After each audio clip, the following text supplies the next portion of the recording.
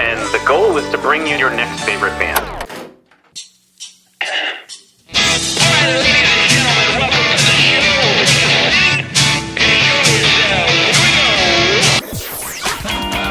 Sweet, that intro is my new favorite band. That's phenomenal. I'm so excited to be on. Yeah. I heard a rumor that you might be able to play that song live today. You heard correctly. Yes. Excellent. So, good enough for Robin. I don't know when I rock out here on your next favorite band show. and listen, it's going to be everybody's favorite band. Phil, you weren't supposed to make me get all... God almighty, But this Phil. is why we do it. Like, seriously. I gotta gather myself. All right, go ahead. Okay. Welcome to your next favorite band. That's both the show title and our promise to you. We here at Stereophilia Studio are tireless in our pursuit of finding incredible, genre-defiant artists who are either a hot, up-and-coming band or a group that has been delivering for years but have flown under the radar. We have the folk and roll music with New Jersey grit of Anthony D'Amato, who is also part of the supergroup Fantastic Cat. Each month, we will bring you live streams, audio podcasts, and perhaps even a live concert where you can listen to the stories and hear the music of artists personally curated by us based on what we feel will be worthy of your time. Be sure to subscribe and tune in to each episode because the possibilities are endless and you never know who will be Your next favorite band. Hello, everybody. Welcome to the show. I am your host, Philip Reese, joined tonight by guest co-host... George Hrab, hi, that's me. and you are listening to... Your next favorite band. Yes. Oh my gosh, yes. Oh my goodness. I always love it. I didn't know there'd be questions for me. I prepared questions. I didn't know I was going to... Oh my gosh. Philip, how nice to see you, man. How's Great things? to see you. Thank you so much for joining. George Hrab, My pleasure. My famously pleasure. of George Hrab Band. That's right. That's right. Settle down, everybody. Settle down. It's okay. It's okay. And many other incredible musical and scientific podcasts. I mean, that's very sweet of you. Yes. How's are you ready for the season that's about to smack us in the face? Are you ready for what's coming up? I think so. I'm I'm always ready. sad about the close of a season until I remember how awesome the next one is. Right. Like closing out summer, obviously end of Music Fest. Right. Wonderful sets by you this year, and thank you for stopping by our daily live that was stream. a blast. That was a blast. Yeah. Well, this is a lot of fun. But I'm always like sad about that. But then I'm like, oh wait, the fall is amazing, and then Thanksgiving is incredible, and It's so my on favorite and so forth holiday. down the line. It's my favorite holiday. It's that Mine too. perfect- So why is it your favorite? Well, it's my favorite because it's got all the things and none of the detritus. So there's no. Yeah. First off, it's a fully secular holiday, which Correct. I just enjoy. Yep. So there's no weird kind of ceremonial stuff. You don't feel guilty because you're not going to church. You don't feel guilty because whatever. You don't. There's no. I know I love presents, but there's no presents involved, so you don't have to worry about getting the right gift. Thing, You know. yes. You're It's just purely just in presence with other food people. and hanging out with people that you care for, that care for you.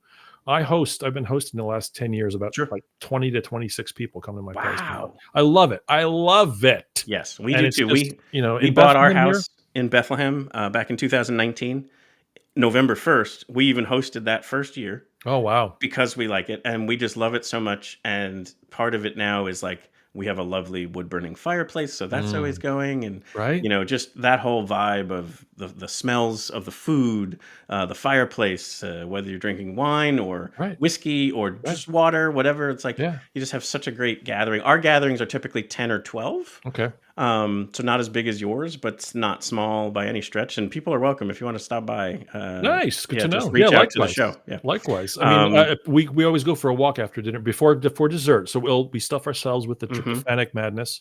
Do you go And then wassailing?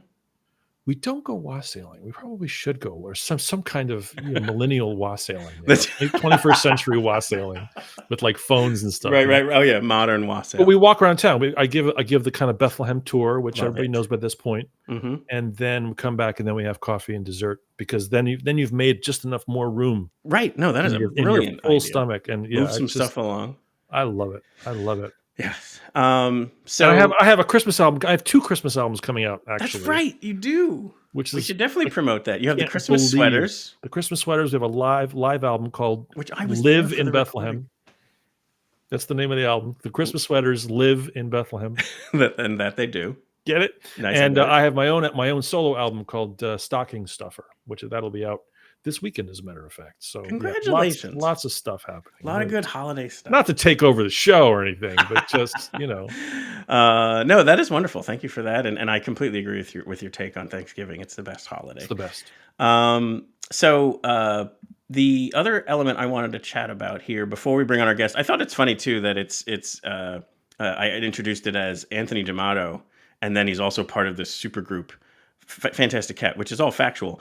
But I thought it kind of sounded like Clark Kent and Superman. Like it was just like he's got 2 personas. Yes. But anyway, we will get into all of that. I did want to share one thing here off the top, and this is just pure. I've been holding on to this for a little bit. It was something I saw on the internet, so it has to be true.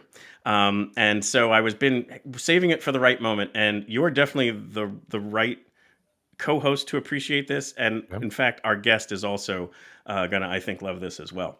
What I came across was it was a preschool that had acquired a turtle, and in order to basically introduce it to the class, they felt that they should be democratic about the name of the turtle. And so they basically took suggestions from the class and then put it up for a vote. And the Not a good idea. Well, here's how it, and actually I took a lot of time to basically, because it was just simply the final result was posted. Yes. So I backed it up so that we could go through it in real time, if you don't. Okay. So the first recommendation of this turtle was Tiny Tim.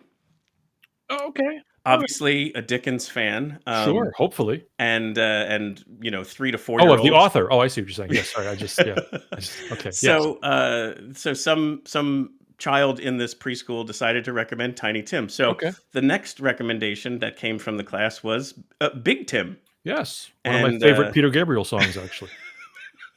Maybe that's what they were going for. I'm sorry, Big Time. I don't sorry, know, yes. sorry. Yeah, right. So we have Tiny Tim and Big Tim. Yes. So obviously the next wave was just Tim and Medium Tim. Nice. I couldn't remove the strike through, so spoiler alert, neither of those got picked. Oh, okay. Well.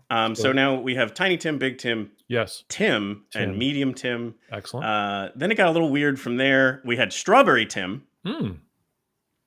Okay. Could be a Beatles fan, I guess, maybe. I don't know. Yeah. And then, of course, you kind of went to Huge Tim. Right.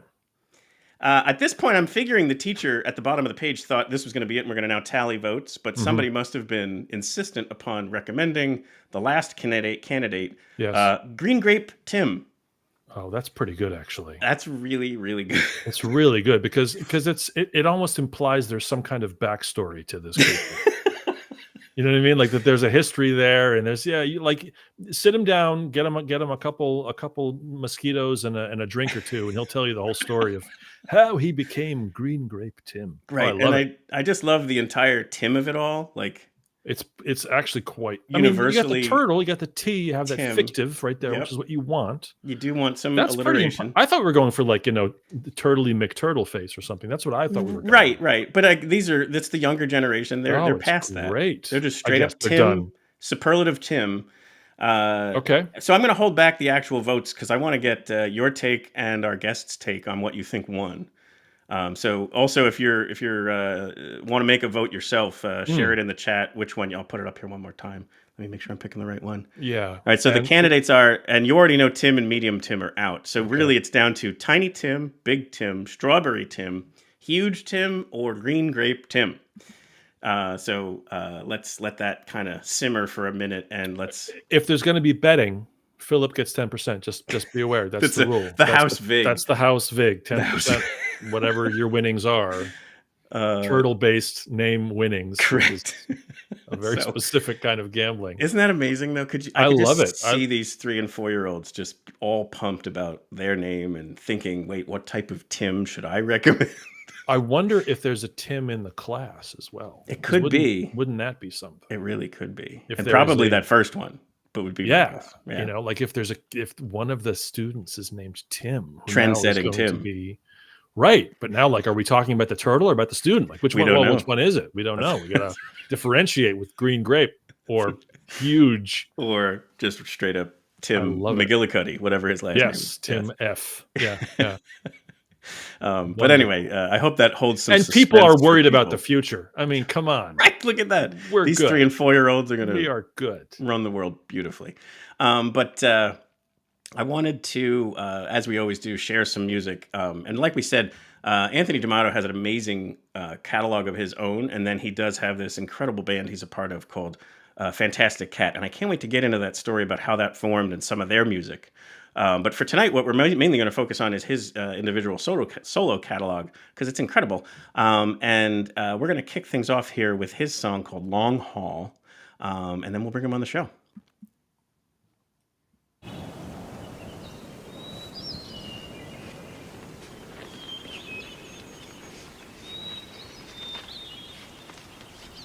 I won't let you down, no, I won't let you down, no, I won't let you down, no, I'm in for the long haul. I won't let you down, no, I won't let you down, no, I won't let you down, no, I'm in for the long haul. When you wake up from a bad dream, shivering, shaking above the bed sheets, call my name, you can count on me. That's just how it is, that's just how it be. Oh, 'cause I ain't scared of forward, so better than avalanche. That's just buried treasure. Simple times call for simple men. I'm about as simple as it gets. So when I won't let you down, no, I won't let you down, no, I won't let you down, no, I'm in for the long haul. I won't let you down, no, I won't let you down, no, I won't let you down, no, I'm in for the long haul. Welcome to the show, Anthony D'Amato. Thanks for having me. Oh, this is such wonderful music and like very cool video. I can't wait to learn more about this. Sure. Where was But this that track filmed? is My gosh, yeah. That's out in Durango, Colorado. Oh, I where, love it there. I spent a lot of the pandemic and became friends with a lot of folks out there, and they all kind of came together to help me put this video together when the time came for it. That's nearby where Mesa Verde is. Yeah. Right? Yeah. Yep, not too far. And like Four Corners is like Yep, an hour Four or so Corners away. region. Yeah. But also just such a clever, subtle narrative behind it as well. And there's And always that just film, such that amazing. film stock is it's like a Genesee ale commercial from 1974. It was all amazing. shot on Super 8 film. On an old Super Really? 8 camera, yeah. Actual film. Actual oh my gosh. film, yeah. That's fantastic. There's a filmmaker named David Dibble, who I'm a fan of. He's used to live in Durango. He's kind of bouncing around all over the place. But I got him come back out to Durango to shoot this. He used to work for the railroad out there, which is what I spent a lot of time doing photography Yeah. with the Durango and Silverton out there when I had my downtime during COVID, and they were cool enough to, as you'll see, let us use the steam train. That's so cool. So, I knew David was very well equipped to shoot. Yeah, in fact, your photography is like actually a pretty big deal. It's like an equal, commitment of yours as a creator under the account on Instagram, Steel Rail Blues. Yeah, that's where my brother and I do our railroad photography. We share it on there, and that's just always something that's been a passion of mine in my downtime, which is less and less these days. But when I'm on the road, even this last tour when I was over in England, I snuck off to a railroad on the way to one of the shows to go Sure. shoot some theme pictures. It's it's a great song. Is there anything to the song that is pulling from the old railroad songs? Like there's almost like it just has that kind of feel to it at certain points. Yeah, I think that's part of maybe what drew me towards it. Felt like a video for it needed to have lots of motion and travel and all that kind of stuff, just because of the feel of the song. But yeah, the song came, way before any notion of what the video might look like. You ever been out to the Kinzua Bridge there in the middle of Pennsylvania? No, I heard of this? haven't. I have So not it's either. it's an old train trestle that collapsed in a storm. Oh wow. Massive canyon, and they basically just they capped the end of it, and now it's like it's a park. Huh. Have to check that out. It's beautiful. And there's a museum there, and it's a Very whole cool. thing. If you're a railhead, I am. Yeah. you dig it. Yeah, it's called the Kinzua State Park or whatever. All It's right. called. We'll link There to was it in the there's show a notes. Category 4 hurricane came through in like 1910 or something, Oh, or geez, maybe yeah. 20s, and That'll knocked do this it. thing down. And there's and the remnants of it are still there. All this twisted metal, Wow. but then you're up like whatever it is, a couple hundred feet up in the air, and it's just views. Oh yeah, very sweet. That's so cool. And normally we save this for the end, but I wanted to do it now because that particular track, Long Haul, is off your album At First There Was Nothing. Yes. And you tackled, so I'm setting you up here for something. You tackled the fact that people still want a tangible purchase in their music listening. So, with streaming, with digital downloads, people lost the ability to own, whether it was 8-track, cassette, CD, or vinyl. Vinyl's come back, but you tackled this in a new way. So let me bring up your site because we always love slinging the merch in the first place. But Sure. this is your store on anthonydamatomusic.com. And down here is this very unique option of a photo book with lyrics and a download code. Yeah. So it's 12 by 12. It's like the same size as a vinyl record. I know a lot of people like to frame stuff, but it's all these photos I've taken from the road. Most of them are actually, I think all of them in this book are from out in the American West.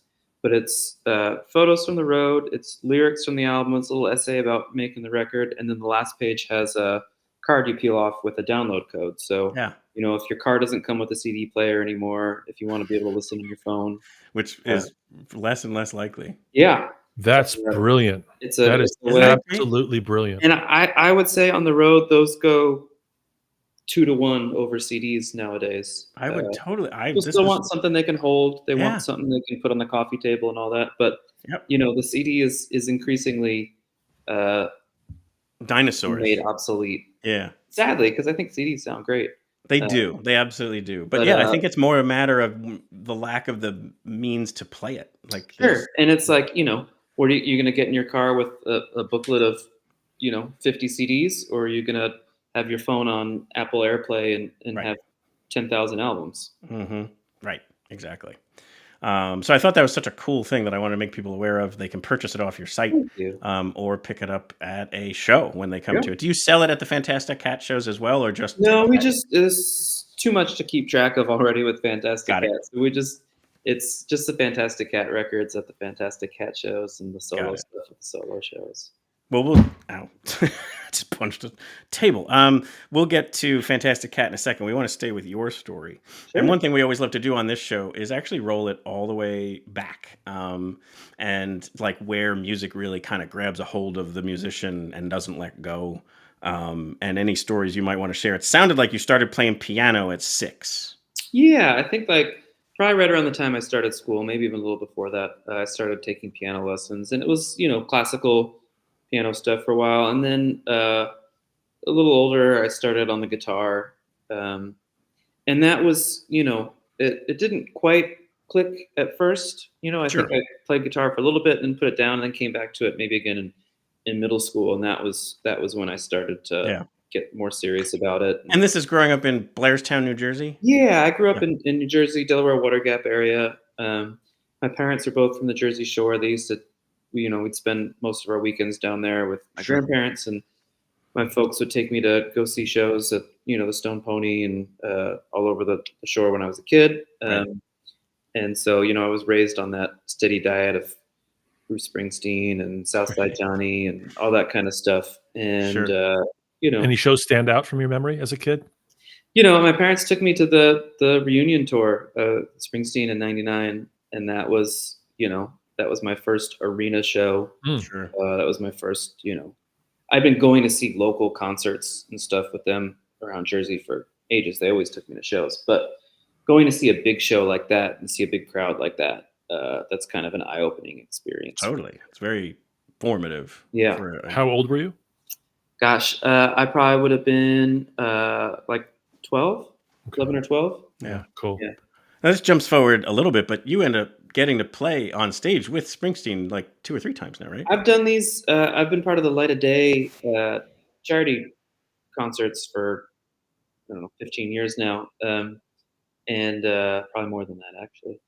Uh, and there's this concert series that happens every year in New Jersey. Now it's spread out. They have shows all over the world now, but to raise money for Parkinson's research. And there were a lot of years where Bruce would show up as the unannounced guest to play with Joe Grishecki and Willie Nile and Jesse Malin, and then at the end of the night he'd do some songs and he'd bring everybody out to usually sing Thunder Road and Light of Day and Twist and Shout Sure. with him. So I've been on in a crowd on stage with him with a lot of other musicians. But you still can say I played with Springsteen. I was on a stage with him, singing along the Thunder Road. That counts. That counts. Yeah, Certainly counts. I'll take it. Yep. Spinning back to the youth, in high school, you also, in addition to continuing to learn the music, you also become a freelance writer for an entertainment kind of outlet. Yeah, I started. I was just going to so many shows already and stuff Sure. as a teenager that I started writing reviews for an outlet called Upstage Magazine, which was started by a guy named Gary Ween, and he was kind enough and cool enough to let a kid start writing for the magazine, and Sure. that kind of led me towards expanding my portfolio and writing for other places and pitching other outlets. And by the time I was in college, I was doing stuff for Rolling Stone online and Spin and Paste Magazine and all sorts of places. And that was, in part, it was a way to get into shows and, Sure. getting sent records all the time in the mail. Right. But it was also, a chance to pick songwriters' brains and Sure. ask them about their music and their process and learn as much as I could from that. Because, on some level, I knew I wanted to be a musician and a songwriter myself, but I also, was one of those kind of far off fantasy sort of things. Sure. And in the meantime, I was like, well, I wanted to know as much as I could about everything about it. So What's the best piece of advice you got from that time? gosh, I don't know. Is there something that like stuck with you? I feel like the thing that I maybe carried with me from, not that it was a particular piece of advice from any one interview, but just from the number of conversations I had with artists about their careers and things, one thing leading to this and to that, was always just to like take the gig. It was there's Say yes. Say yes, Yeah. because there's so many stories of the happenstance of this person happened to be in the audience at this show, who happened to introduce me to this person, who 5 years later I ran into at this thing, and Yep. now they work for this place, and they wanted to sign. Right. Everybody's story is pretty convoluted. It's very rare that there's someone whose story is like, yeah, I wrote my first song and I played my first show and Columbia Records was there and they signed me. Yeah. It's always these twisting, turning journeys, and Sure. and the more people you meet along the way, and whether it's other musicians, whether it's industry people, Yep. whatever, there's always you never know where it's gonna lead. Well, as evidence even by you saying yes to this interview, Fantastic Cat was going to be playing Music Fest, and it just happened to be on the night that the rain was the worst and your show got canceled. Yeah. But in walks this knucklehead, me, who's like, hey, sorry your show's canceled, but I do a podcast. I'm sure you hear that all the time, but you were kind enough to be like, yep, here's my email address. Let's Yeah. talk about it. And it's just amazing. Like, that doesn't always happen. So like, I super Anybody who's appreciate it. excited about the band and about the music, I mean, I'm so grateful for that, and I'm always happy to to talk about the songs. Sure. Yeah, no, but again, like you're living that take the gig, even if it's, something like this. And so I appreciate that. I'm happy to be here. Yeah, no, it's been awesome. So so now you go to college in Princeton, still in New Jersey, Mhm. and you actually record your first album in your dorm room while you're there, right? Yeah, I was learning how to self-record kind of all through that time, and and so I was, just making these stripped down acoustic recordings, or trying to find other people around campus who could come play fiddle on something or add some drums to this or that. Sure. So I learned a lot about through trial and error, really, but about how I like to arrange recordings, and how I like to landscape things sonically, that, now that I'm able to work with other producers and go into studios and that kind of stuff, those are still things that I try to emulate in some ways, because I don't know if it was just because that was the formative experience for me of, like, Sure.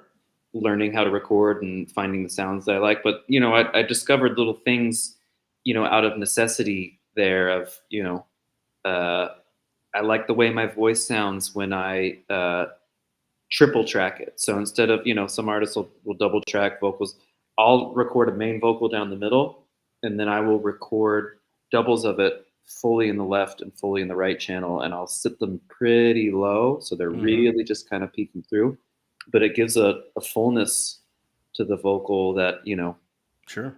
suits my voice, I think, better than, like a straight double down the middle or something like that.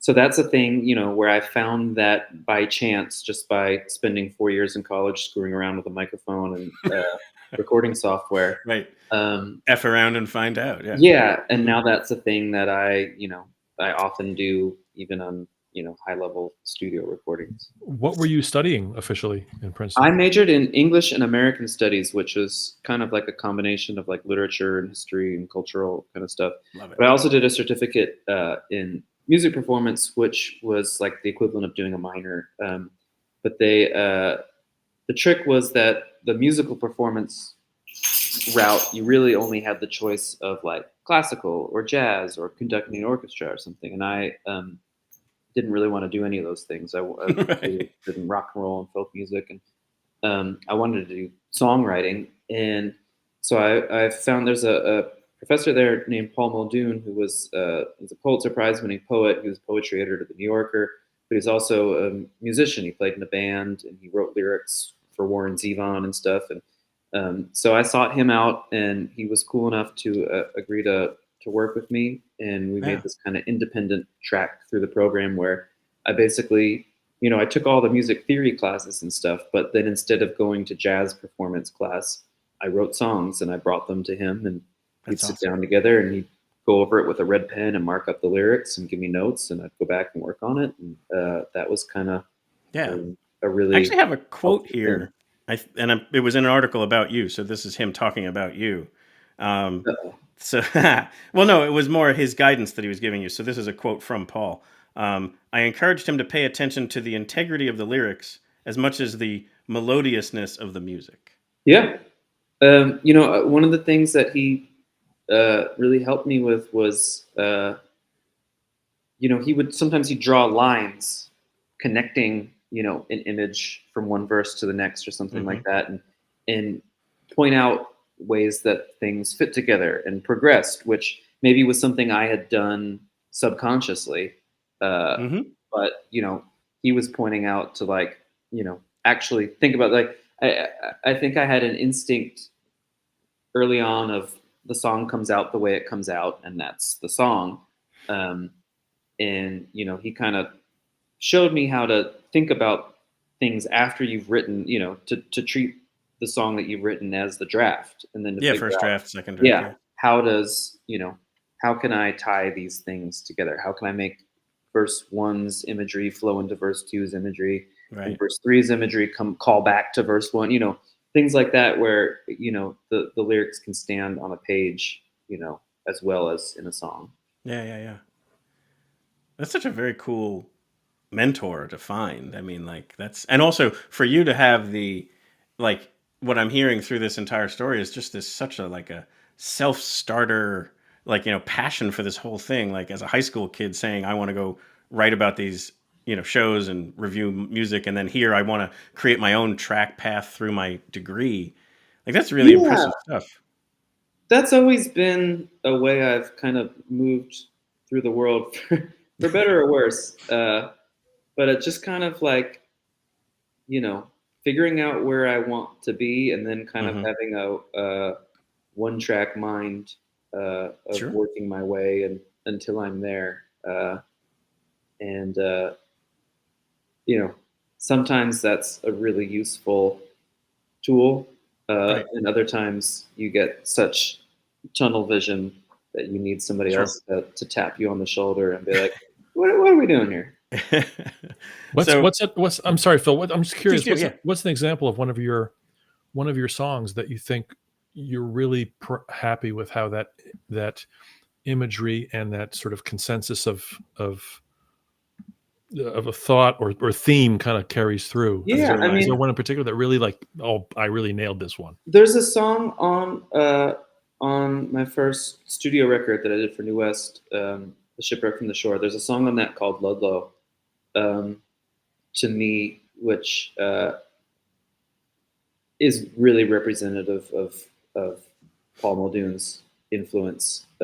It's the whole song. There's not a narrative to it. It's kind of the series of images progressing one into the other, into the other, into the other. And when you take them as a whole, there's a story that kind of emerges from that. But there's no, it's Leonard Cohen-ish in a way, which, that was the other thing. Muldoon would give me books of lyrics to take home and read as my homework. He'd give me a book of Leonard Cohen Nice. Lyrics, or a book of Paul Simon lyrics and stuff. There are times now that I am working on a song. There's a song on the new record called Enough that I think probably bears Sure. a good amount of his influence too. Yeah. And how many drafts do you think something like that would, like how many alterations and modifications do you think over time? It's hard to say. For me, when I'm writing a song like that, I'm working on a song that kind of is in that family of songs now too, for whatever's going to be the next record or Fantastic Cat. I don't know where it's going to end up. In a situation like that, it's almost less where I write it and then I edit it and keep changing that. It's more like I might write, 30 verses for it and then trim that down to 3. Right. So sometimes it's more about getting or just release a whole album of just all 30 just verses. all verses. Yeah. Oops, all verses. No, it's like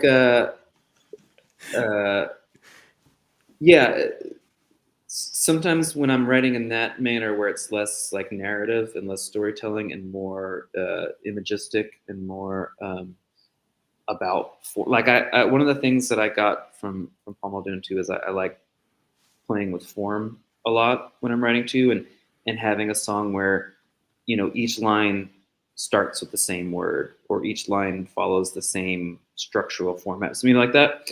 And when you're writing like that, that's a place where I'm just like, okay, I'm going to come up with as many different possible plays on this form as I can, and then you take the most interesting or the most evocative and the ones that come together to tell a story, and that becomes the finished version of the song. Cool. Yeah. So you're mentioning this album, Shipwreck from the Shore, 2014, first kind of studio album.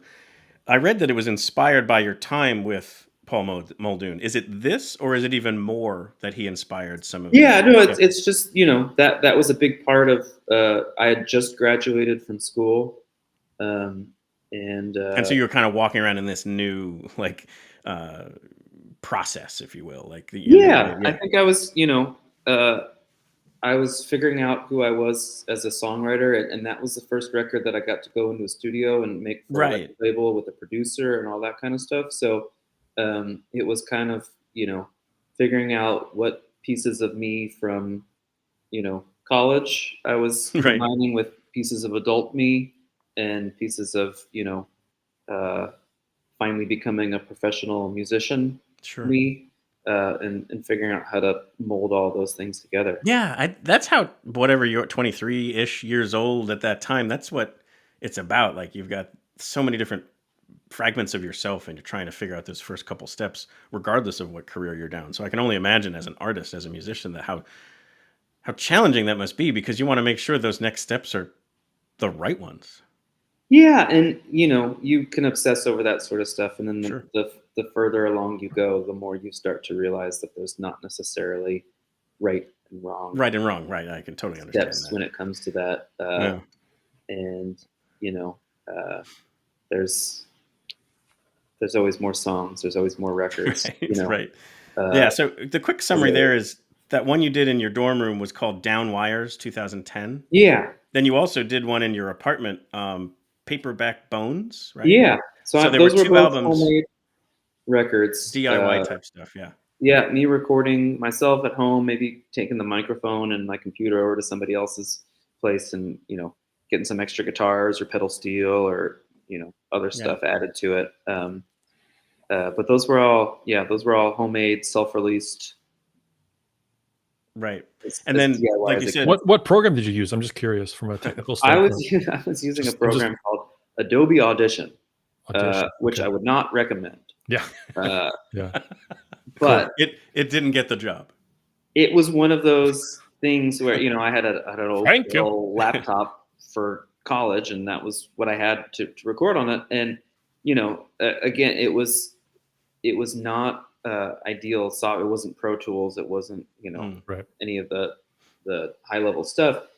But it also did force me to get creative about a lot of things. And like I said, like that tripling my vocals thing, that was something that came out of using that software and figuring out like, how do I make this sound good with the limited tools at my disposal? So I you know, I became a weird freak about, you know, the sonic spacing of things and all that kind of stuff, which is, you know, helpful to be aware of, you know, then later on when you're working on a record with a producer and, you know, you can say, this feels small and I want it to feel big. And it's like, what does that mean? But being able to say like, you know, I want to pan, you know, this guitar this way and I want this guitar that way and I want this kind of reverb on this. Like all that kind of stuff, I think is helpful stuff to know. And constraints will set you free, as they say. Right? That's right. The necessity, the mother of invention. Yeah. And so this Shipwreck from the Shore is 2014. You're in that studio for the first time, and you're working with a very talented producer that you sought out and even submitted your music to, and he dug it. And then also brought in other musicians who were from bands like Bon Iver and Josh Ritter and that kind of stuff, which must be really cool for you in that moment.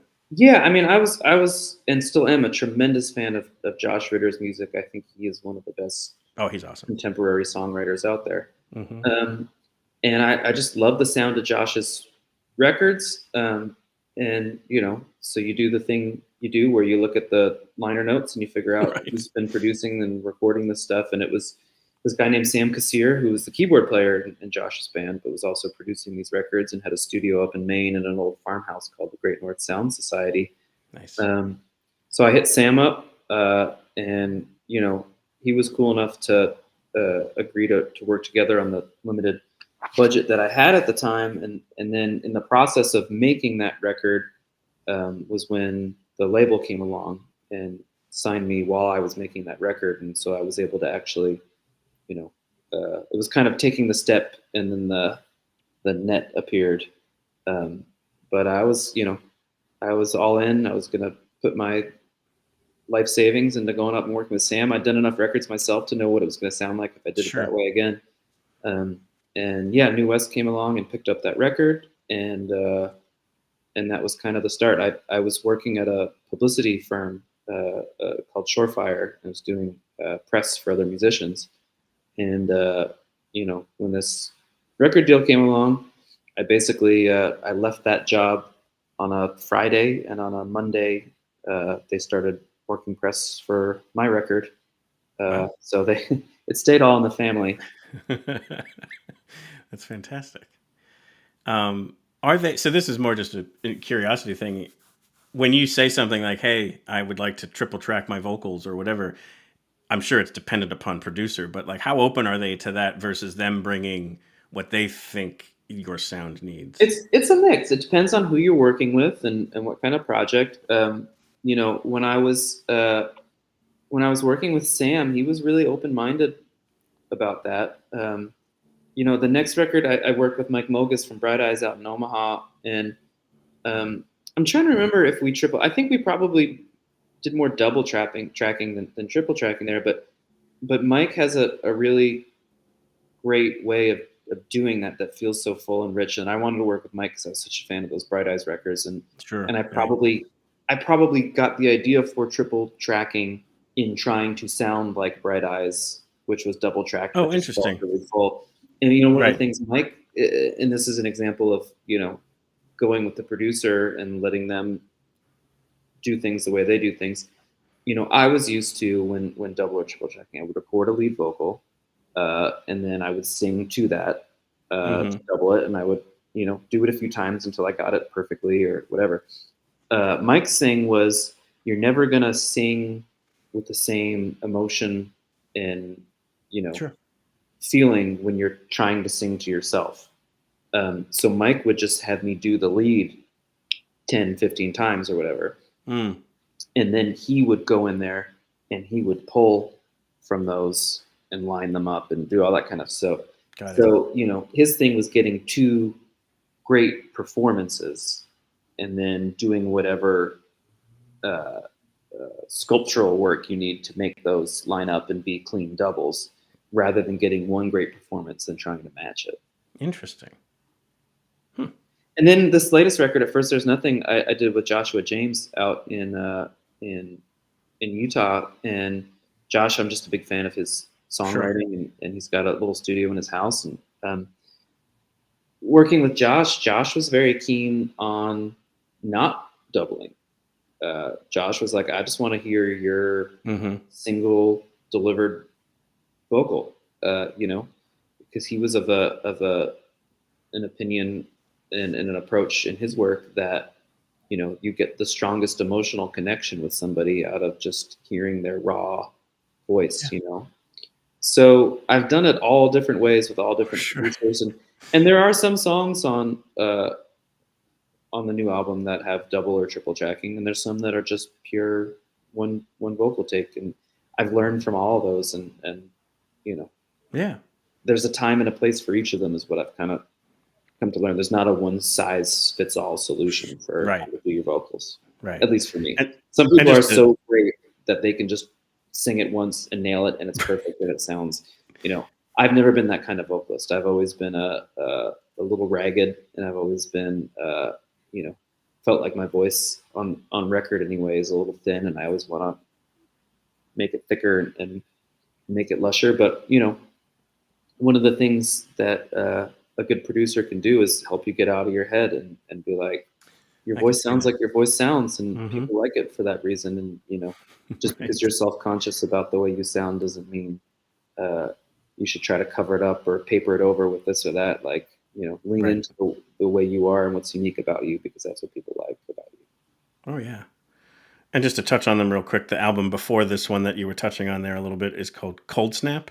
Yes, that was the one I did out in Omaha with Mike Mogus and some of the guys from Bright Eyes. And and that's 2016. Yeah. And then the more recent one that was recorded in Utah, 2022, At First There Was Nothing. Yes, that's the new one. Well, cool. I was going to go. I was actually going to say, George, did you have any questions? Because I was going to jump into some track specific. I'm always stuff. curious, like so what do you think your 12-year-old self, having left that Bruce Springsteen show, if he was handed your current record, what would he think of it? It's a good question. I think it would go over well. You know, at that age, I was just starting to get into roots music, and you know, I was probably maybe a year or two away from finding guys like Pete Yorn and Sam Roberts and Ryan Adams, and those were the guys where I was like, oh wow, there's songwriters making, like, you know, really rootsy rock and roll, song first songwriting, great hooks, great melodies, all that kind of stuff. You know, the kind of stuff that I think, you know, when you're a kid, you kind of, maybe you hear older people say, oh, there's no good music anymore, you know, and so, you know, people give you the stuff from the 60s and 70s and the classics, and you know, you cut your teeth on that, and then there's a point where you get surprised to find out, well, there's still people doing this now. There's people making new stuff now. That's great. Sure.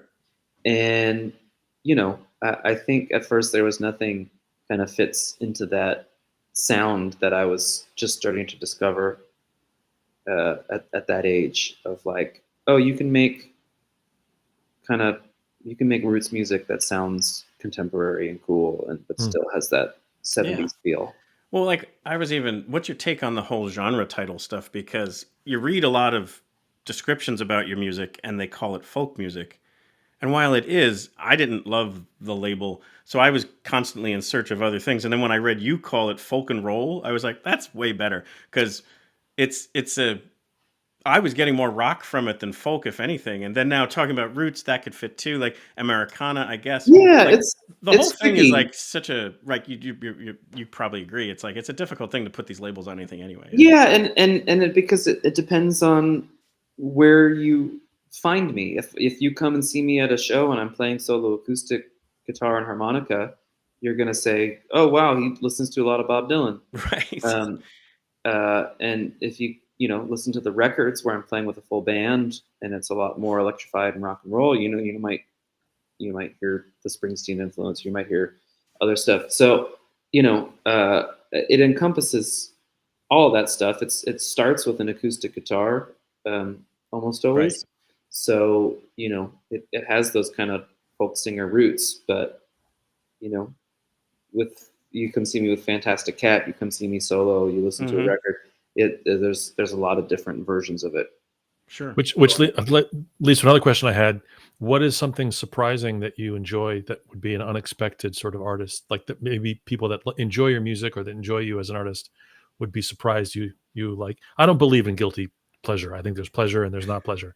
Yeah. What in essence would be surprising if someone looked at your playlist, they'd be like, oh wow. I think is there something? Maybe just the fact that like they do like the Spotify Wrapped every year. Yeah. And my like most played artist was, I think last year was like Oscar Peterson. Sweet. Because I've gotten into I don't know why, but I've gotten into a headspace lately where when I'm home and not on tour, I'm really interested in listening to like older instrumental jazz. He's good. I expect big things from him. He's gonna be. Yeah. I have less. I don't know. There was a time when my appetite was like, I just want to hear every new songwriter out there, and maybe I got overwhelmed by that. Maybe there's just the sheer amount of stuff coming out. But then I'll go through long stretches where I only want to listen to like old dead blues singers, sure, or old jazz, like. So yeah, that would maybe be the surprising thing if you look at my listening habits, is that for as much as I love and I'm hugely influenced by Bob Dylan and Bruce Springsteen and Leonard Cohen and all that stuff, if you come into the house when I'm home from tour these days, or if I'm in the hotel room after a show, I'm more likely than not listening to something completely different. There's a fantastic, like 45-minute long interview, Oscar Peterson with Dick Cavett. Oh, okay. And it's on YouTube, and he's just explaining kind of his, and Dick Cavett, who isn't a musician, but is such a great interviewer, is asking these very cool questions, and Peterson's just describing how he approaches it. Oh man, it's like a college course in 45 minutes. It's so great. Check it out. Cavett's got a future ahead of him too. Yeah. No question. Yeah, I'm expecting big things from Big Dickie. things. Oh my god. But if you don't mind, I was going to just dig into a few of the specific tracks of the new album. At first, there was nothing. One of them was kind of what you were talking about there, where you said everything starts on an acoustic guitar, but there is this track, Broke Tooth Smile, on the new album that one is about resiliency of, getting told no and being able to kind of step back up from that. But it also started on a bass, if I understand it right. Yeah, I mean, it started with a bass line, which I probably was playing on an acoustic guitar. Damn it! I went for it and lost. Yeah, but the song is built around that bass line, and sure, and so got transferred to a bass once I had one in front of me. Right. But that's that's a way. All right. Sometimes if I'm feeling stuck, is rather than trying to come up with a chord progression or something like that, starting from a bass line. And when I was a publicist, I used to work with Mavis Staples, who's one of my favorite performers of all time. And, that's one of the things I love about, those great Staple Singer records, or, the stuff Mavis has done with Jeff Tweedy and everything. There's, really prominent bass lines that kind of anchor those songs. And, that's another thing too. I love folk music. We talked about that, but I really love that crossover point where roots music gets a little bit of that R&B kind of flavor into it. Sure. And, which I think like Levon and the band did an amazing job of kind of inventing that genre. Muscle Shoals stuff. Yeah. Yeah, but the Muscle Soul stuff is fantastic, and I think those bringing back to Mavis, those Jeff Tweedy, Mavis Staples records, I think are such a great modern example of getting that sound, those nice tight dry drums, recording that feels vintage and grooves, but also is just has soul, and that's something I'm always drawn to. Yeah. What do you, George? I know you play multiple instruments as well. What do you typically write on? Acoustic guitar, yeah, Sure. and the heaviest of riff will usually come from an acoustic guitar. Although it's curious that I write differently, on piano versus guitar. I'll have slightly more harmonically complex things will happen on piano, whereas more accidentally interesting harmonic things will happen on guitar. Mm. It's that REM thing of like the more proficient you get, the less original you get. Right. So they kept changing instruments because like I know how to play guitar too well, so I don't make the mistakes I used to make, which were the cool little things you would find. Which would reveal something. And I'm a horrible piano player, so it's like I'm always finding really cool, mistakey things that I have to go, what is this? Oh, this is this. And that there's a song on At First There's Nothing that's what the hell's the name of that song? I'm glad I'm not the only one that doesn't remember my titles. That's great. Breaking Slow is that's the first song I think that I fully wrote, recorded, and performed as like a piano song. Oh, neat. It might not even be acoustic guitar on that recording. Actually, I'm not sure. But yeah, that's a song I never would have found my way to on guitar. Right. Those suspensions and all that kind of stuff. Stacked chords where like you have a non-root in the bass. Yeah. Is so much easier on piano, whereas on guitar it's possible, but it's a lot more difficult and less intuitive. Where you can do a C over D or something. It's like the rhythmic choices you make too on piano, where it's like where you're using both hands at once versus, you're using both hands on guitar, but melodically, harmonically, you're only using one hand. The other hand is the percussion element. Along for the ride, yeah. But on piano, when you're using both hands at once, you just make different choices than you would. Sure. I do always love to play when I'm doing cover songs to do signature piano songs on guitar and signature guitar song, play Piano Man on guitar. Yeah. You have to do that because it's just so much. Or My Guitar Gently Weeps on piano. Sure, it's just so much cooler. It's pretty awesome. Yeah. But the two other tracks I want to talk about are a little bit heavier, and I think it's important to like point at this wonderful aspect that you do in your music, where you are telling a very important, deeper story. Like there's a very important message to share. So the first one is Kind of Strange, which is about basically the racial injustices in the country and the lack of change as each one happens. And there's that like powerfully, sad lyric about, tune in again tomorrow, when we'll talk about this again. And it's like, holy smokes, like that's just so sadly accurate. Yeah, that was, what else can you say when you're watching the same story unfold over and over again? Feels like we're we're watching the same story unfold again right now, on a political level, and you know, when you don't learn from your mistakes, you know, Doomed to repeat them. you can't be surprised. Right. And the other one, you mentioned it before, where it's a song called Enough, and has an amazing story in that you wrote it, I guess you went to go record in New Orleans, and like because of COVID, didn't get back home for many months. Oh, that's a different story, actually. Okay. But yeah, that I made an EP down in New Orleans Okay. of 5 songs that came out before the record, actually. And that was I actually I'm living down in New Orleans now. Okay. But back in 2020, my wife and I came down here for what was supposed to be, you know, a couple months to stay at her parents' place, and you know, while they were out of town, and then COVID hit the day I was supposed to leave to go play in Mexico.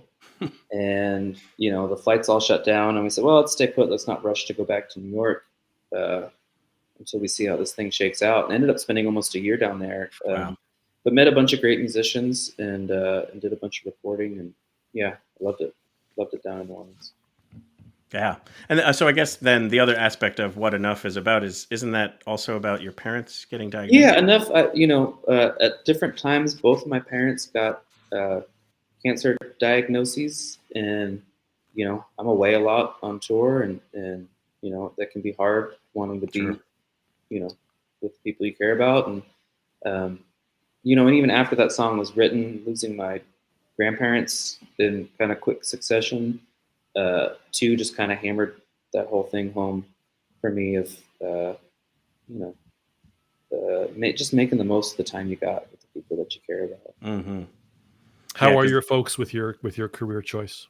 Oh, they're great. They, you know, they've always been encouraging. They're the ones who took me to see shows when I was a kid. Okay, And nice. they're the ones who got me the That's instruments. And it was fun. This earlier at the beginning of November, Fantastic Cat went and sold out the Stone Pony, and my parents got to come and see me. That must have been super cool. Yeah, they got to come see me at the club they used to take me to as a kid. So that was a fun full circle. Full circle. Yeah. That is very, very cool. So 2022, when that album came out, is also when the first Fantastic Cat album comes out. So we were going to kind of transition over to that, but before we do that, did you hear about the preschool turtle naming vote? Did you hear about that in the opening? Yeah. So I wanted to bring that back up here. So I'm sure people are on the edge of their seats to know which name won. So as a reminder, here were the names. I wanted to just get George and Anthony's take. What would you vote for? Tiny Tim, Big Tim, Strawberry Tim, Huge Tim, or Green Grape Tim? I feel like I need to see the turtle. Ooh, good point. That is a good point. Unfortunately, just on name alone, I feel like Green Grape Tim's got to win. Yeah, I totally agree. Like, if I had to choose, I would go with that. But what I could see happening is Tiny Tim being the choice. That would it defaults back to the first one. Right. But I would go with Green Grape Tim because, again, that just seems like there's such an interesting story there that I want to learn more from his turtle friends, his turtle companions, that turtle roommate from college that knows the story of Green Grape Tim. Which I think there could be a whole children's show about Green Grape Tim who meets Strawberry Tim. They fall in love, like a whole thing. But here was the first wave of votes. Tiny Tim only got 1 vote. Okay, so much for my theory. Which probably was the Tim who nominated that very first name. Right, probably stuck with his nomination. Strawberry Tim got 2 votes. Okay. Then the next wave, Huge Tim got 3 votes, and Green Grape Tim got 3 votes. But the winning name with 5 votes was Big Tim. Shocker, right? That did not see that one coming.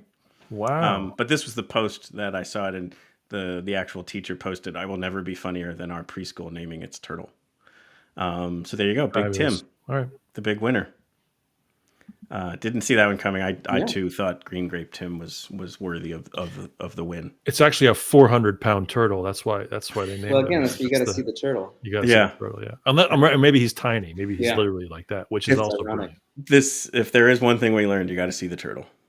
Yes. So yeah, thank you for indulging in that one. So talk to me about this. So Fantastic Cat is made up of 4 separate solo artists. Well, I guess one being part of a band, Hollis Brown, but like Right. 4 songwriters, and that's why they call it a supergroup, because each one of you are carrying your own mantle of music, and then you're able to work together in this brilliant sound. Who had the first idea? Like, where did it kind of like? What's the origin story around the I supergroup? think it started with Don. Don DeLego called me up, and you know, he had been kicking around this idea. He was a big fan of the band Golden Smog and wanted to kind of do something similar. And Sure.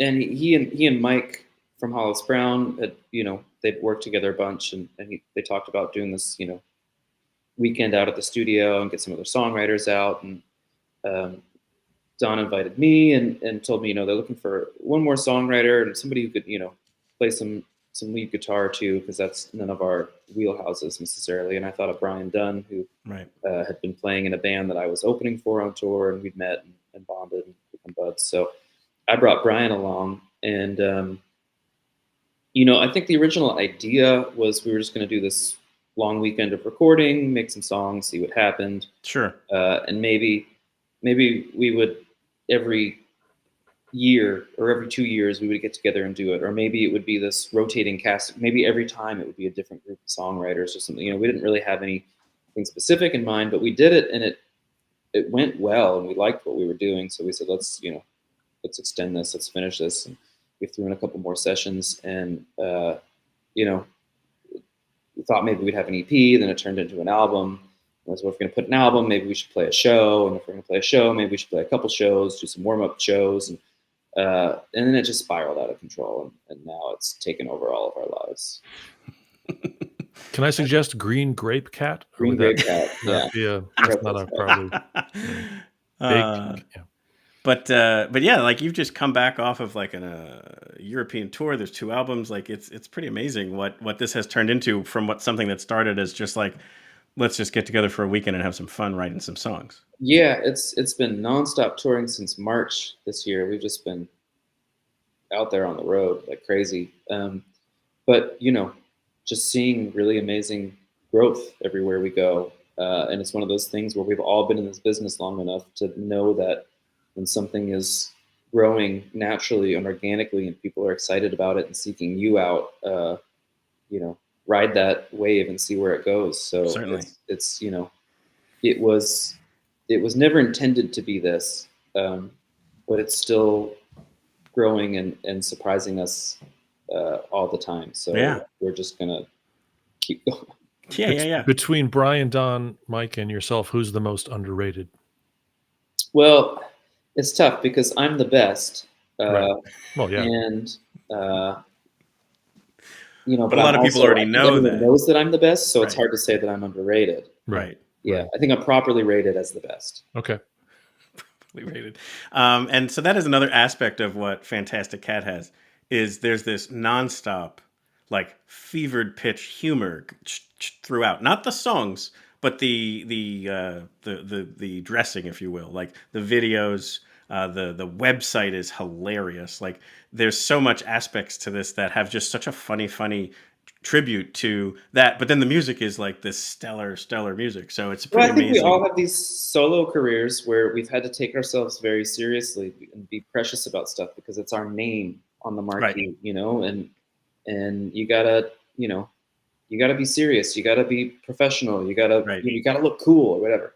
And since none of our names are on this was, you're not scared of failing, because if you go out there and crash and burn with something that you think is funny by yourself, you go back to the hotel afterwards. Like, oh God, right. And when you do it with a band, you go back and you got 4 people to joke around and laugh about it. And you probably loved it, even if the audience didn't. Right. Yeah, but everyone's loving it. So what I thought kind of is, just started out as trying to make ourselves laugh and to take the piss out of the self-seriousness of the music business and all that kind of stuff. And it just turns out that there's a lot of people that want that. People can tell when you're not taking it too seriously. They can tell when you're not holding it too tightly. Yeah. Where'd the name come from? The name was when we were first starting to to record and play, we were like, well, we're gonna, we have to have a name for this, and we all agreed that band names are just stupid until it's the name of a band that you like. It's a group of grown men saying like, we're the Eagles. Like, okay, great. Like, what are you gonna do with that? So you can't just, I don't know. We argue about it, everything because we're 4 different band leaders all trying to do it. So we said, we're not gonna. There's no point in this. There's no way to convince anyone else that their idea is cool and your idea is not cool. So when the waitress comes back with our beer, we were out at a bar in the East Village. We're just going to ask her, if we were a band, what would this band be? Wow. And she just said Fantastic Cat, and we're just like, we're not going to do better than that. I don't know what it is. And my wife is an illustrator, so I came home and told her that, and she kind of created the visual of these 4 kind of Wes Anderson sort of cats that eventually became the masks. Because again, we were like, nobody needs to see 4 middle-aged white guys with jean jackets against a brick wall.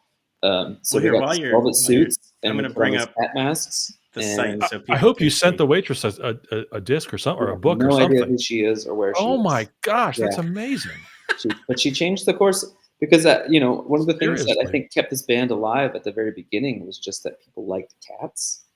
So they would buy a Fantastic Cat merch with the cats on it and stuff, even if they hadn't heard the music or anything. And that helped sustain this project in the early days while we kind of figured out what it was. Which one are you, Anthony? I am second from the left, the Bengal. Nice. I had always wanted to make a quintet of like jazz guys and call it The Cat Sank. Yeah. I got it. If that ever happens, I'll find a waitress and I'll convince her to say it to you. Say it to me and pretend. And you can open for Fantastic Cat. Oh my gosh. Okay. Right. And I'll be the most overrated. Finally. It'll be perfect. So to kind of give people an example here, in case they've not heard the Fantastic Cat music before, and get a flavor for this comedy that we're talking about, we have the song "It's All My Fault," and so you're going to get. It has a pretty decent opening of comedy of basically what is it? Almost like the old school dating website. Yeah, Don lives out in the Poconos, and he's got a studio in his house out there, and going out there is like weirdly stepping back in time. Sure. It's amazing. Amazing effort. Coming from a mile a minute, Brooklyn and Queens, and going out to the Poconos, you just always kind of feel like you're somewhere in the 80s or 90s.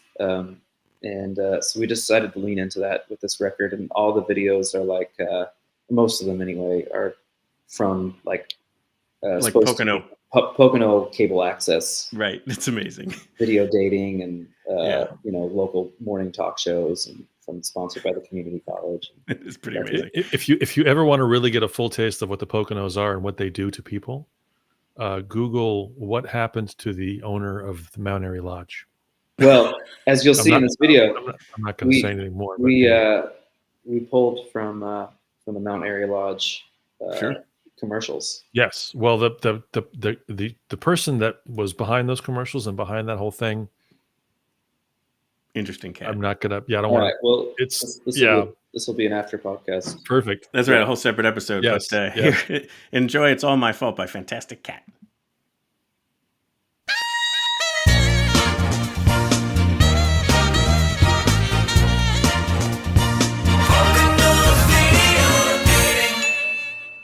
What am I looking for in a partner?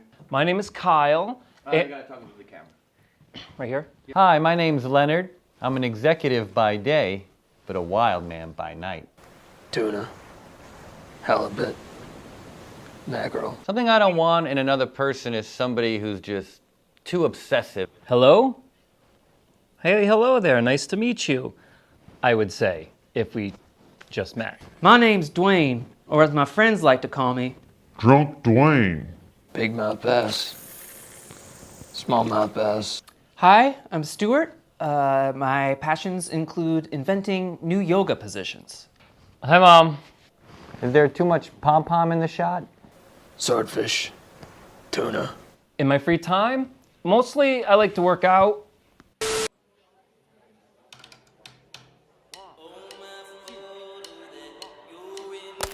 blame it on the rain, I could blame it on the snow, I could blame it on the shame of another night alone.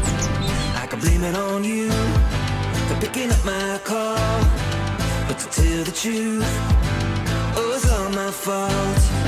I could blame it on the moon, I could blame it on the stars, I could blame it on the tune that was playing at the bar, I could blame it on the proof of the alcohol, but to tell the truth, oh, it's all my fault.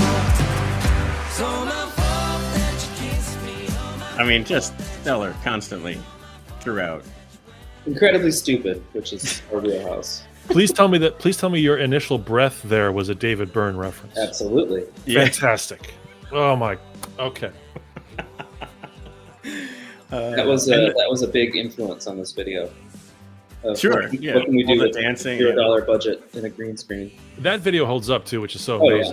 amazing. It absolutely. I mean, it's this is one of the very first, but it totally holds up. Oh, this is great, man. Yeah, and I love too the giant version of you with the mini versions of you on your shoulders. Like that's that's kind of a kind of Tim and Eric-esque, I feel like. Yeah. Have you heard Tim's new album? I haven't. I've heard it's great though. I need to. It's actually so earnest and sweet. It it's confusing. Yeah. Because you keep waiting for the joke. I need to listen. Yeah, it's great. My name's Anthony. I'm the lead singer of a band called Fantastic Cat. My job? Lead singer. Hey, I'm Don, and I just always get caught up in the awesome. There's the cats. I love it. Yeah. We all insist that we're the lead singer and the leader of the band. Yes. Yeah. No, and also I think this is also something that again people may not know it if you've not seen a live show. You all play all instruments and then rotate. Yeah, every different song is instruments kind of throughout a the different evening. arrangement of whoever's playing bass moves to drums, moves to guitar, moves to bass. It's such an entertaining aspect of what you all do. Like that alone is like such a unique offering that we fell into that accidentally. That was just what we were doing in the studio because it was just the four of us figuring out how to record these songs, and then when we play it live, it just felt weird. The idea of like having the four of us up front and a band backing us. Sure. Like, well, let's just kind of figure out who can play what on what and make that happen. And that's kind of become the signature of the band. And it was, not intentional by any means, but it's again, like the thing of instead of being like, oh, we got to paper over our weaknesses or whatever. It's just like, no, lean into it because that's Sure. who you are. And, the fact that none of us are a drummer, but all of us play drums during the show and on the record is, you make some interesting choices when you're not a drummer sitting at the drums. right.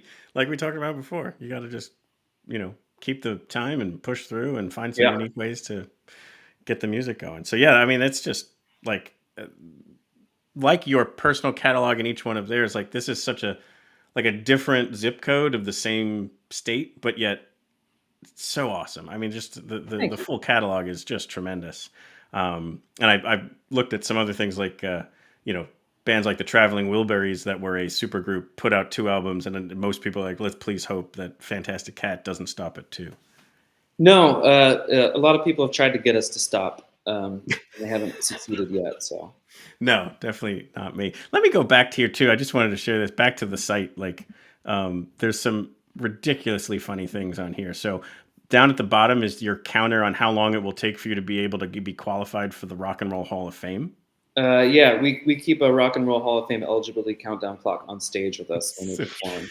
And when you were in Ohio recently, you actually went there and you did a whole video about like trying to get in and then get kicked out. We did. They kicked us out, but we'll be back. So awesome. But there's amazing element, like just the way things are worded is genius too. Like in this paragraph here where it says, 2 years ago, Fantastic Cat was nothing more than a little-known rock band with a cult following. That all changed with the release of award-eligible debut. It's just so brilliant wording. Having worked in PR before, I know all the cliches and all the bullshit that people try to pass off. And then this is amazing. It garnered the kind of press you can't make up. USA Today proclaimed, "We don't have a music writer anymore."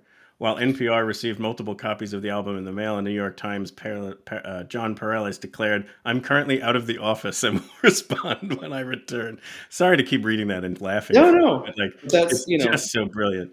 I think, people are, I'm certainly exhausted of all the same old band bio cliches. I'm exhausted of the same photo cliches, all that kind of stuff. So again, this was taking the George Costanza, do the opposite of everything approach. Take the opposite of every instinct you've ever had, and do that.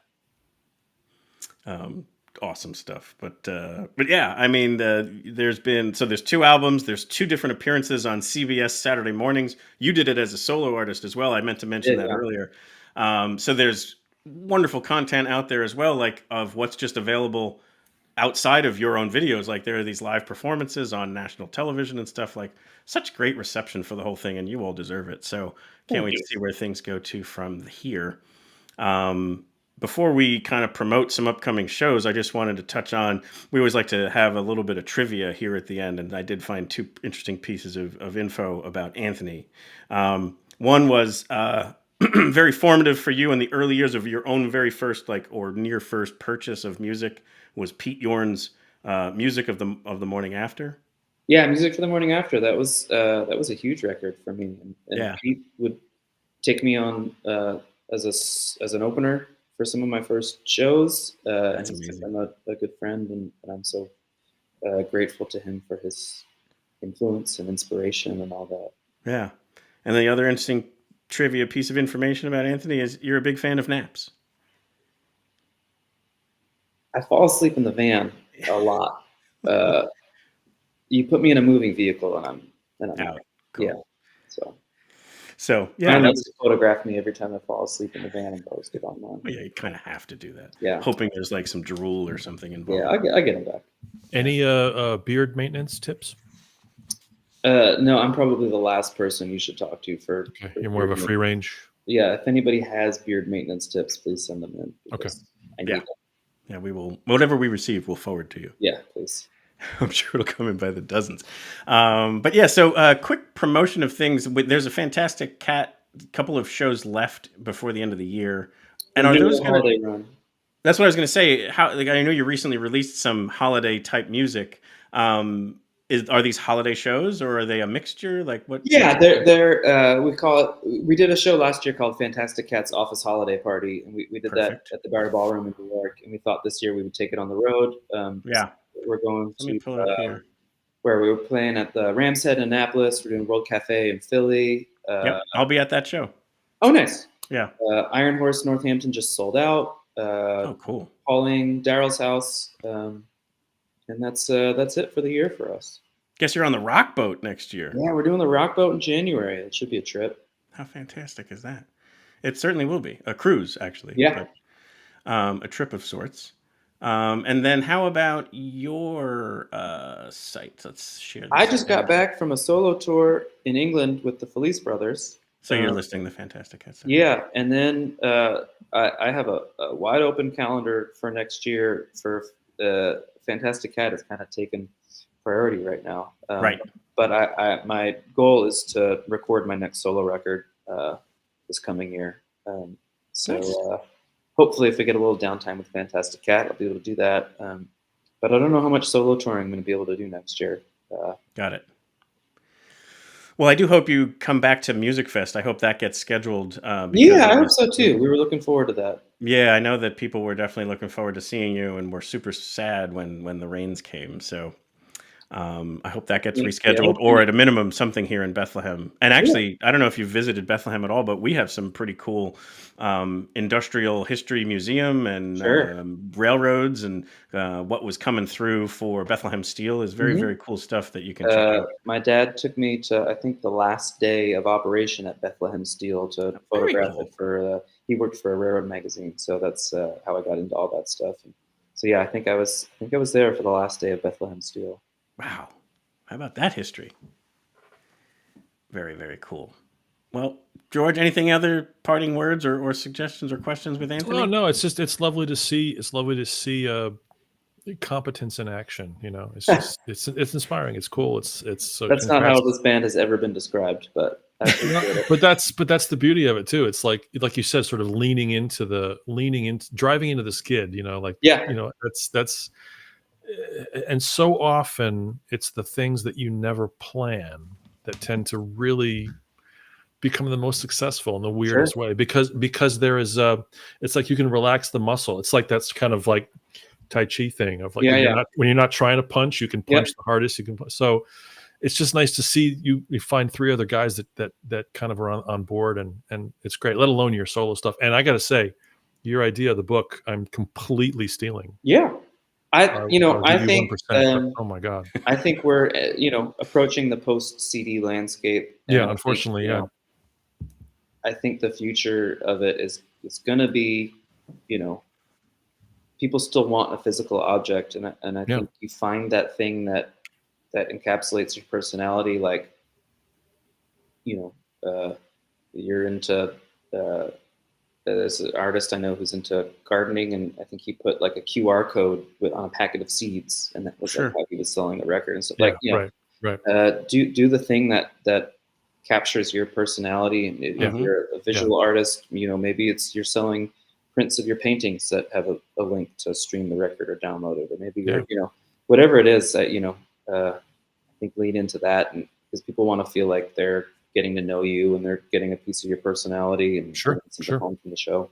No, I just had this thought of, I have 9 albums, and it's like, I'm pretty happy with my lyrics, and that would be a lovely thing to have, like a lyric. And I have 7,000 photos in my phone of like tours and stuff. So it's really smart. That is very cool. So congratulations on it all, man. It's very impressive. You. Appreciate it. Yeah. And we always play one more track by the artist following the credits. Tonight we're going to feature your song, The Oyster and the Pearl. I wanted to give you just one quick moment to see if there's anything backstory you want to share about that track.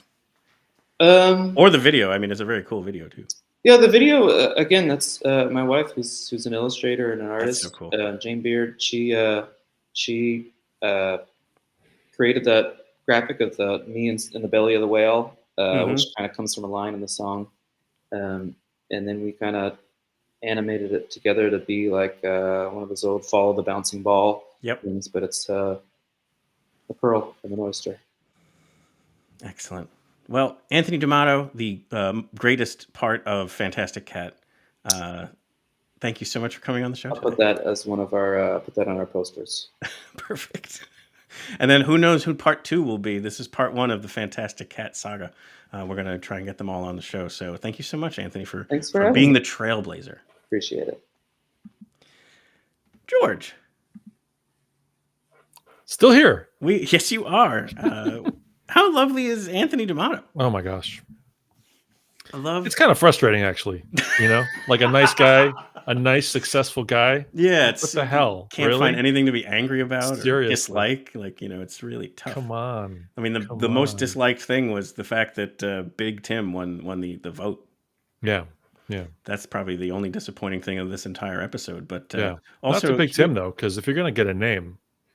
Well, I guess there is truth to that. Could the turtle vote? I wonder, did he have a vote? Could he cast? Everybody deserves to vote. Like, everyone gets to. That's the beauty of this country is you get. Well, your we voice still can, right?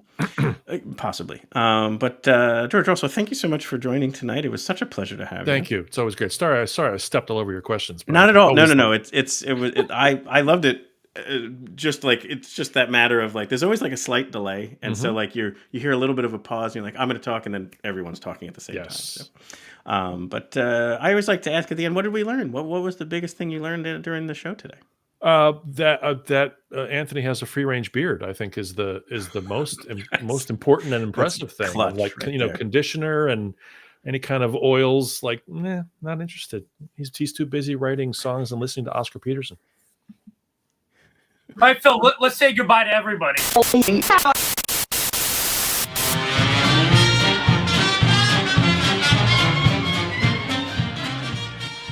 We hope you've enjoyed this episode of Your Next Favorite Band. We'd like to sincerely thank Anthony D'Amato of his own solo career as well as Fantastic Cat for joining us tonight, for sharing incredible stories about his early journeys and inspirations to becoming a musician and the various different steps along the way, mentors and recordings and different discoveries he had, and then the formation of Fantastic Cat and sharing the music and what have you. There'll be links in the show notes to the website, Spotify, YouTube channels, as well as many of the different things that we discussed during the show. Please check out the different offerings, YouTube and whatnot, and give them a like, a subscribe, a follow, and you're really going to like it. It's just an incredible catalog on both sides. So also make sure you catch a live performance when you can. Lots of good opportunities for that out there. As always, our hope here is to bring you your next favorite band. If you tuned in tonight because you already knew Anthony D'Amato and or Fantastic Cat and or George Hrab, thank you so much. We really hope you like what you heard and what you saw, that you might want to subscribe to your next favorite band, so that we can bring you your next favorite band in a future week. We produce and broadcast live streams and podcast episodes every week. Also, your next favorite band might already be out there. nextfavband.com shelters all of our interviews thus far, and there's over 130 of them. So just either check one out or let us know, and we might be able to help guide you to your next favorite band if you give us a couple of tips on what you like to listen to. Lots of great stuff coming up here for the end of the year. We've got our Winter Wonder Jam next month, and hope to catch you at a live show soon. Now stay tuned for one more song. Here's The Oyster and the Pearl by Anthony D'Amato. I've been the oyster, I've been the pearl. I've been poor in a rich man's world. Been a broker caught buying that we should have been sold. A miner for a heart of pure fool's gold. Tell me, are you gonna give up? Are you gonna lay down? Are you gonna let them roll your body in the cold dark ground? Going stuff and the quitting's cheap. That don't sound like you to me.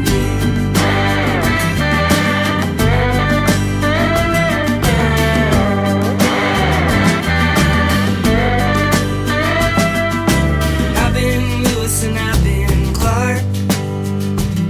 I've been third in line for Noah's Ark. A sailor in the belly of a great white whale, hoping for the mouth but headed for the tail. Tell me, are you gonna give up? Are you gonna lay down? Are you gonna let them roll your body in the cold dark ground? Going stuff and the quitting's cheap. That don't sound like you to me.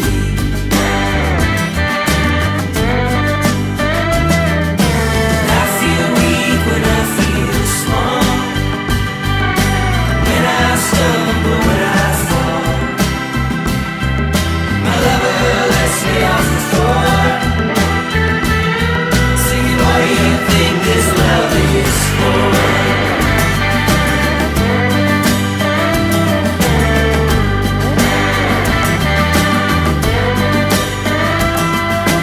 I've been the rubber, I've been the road.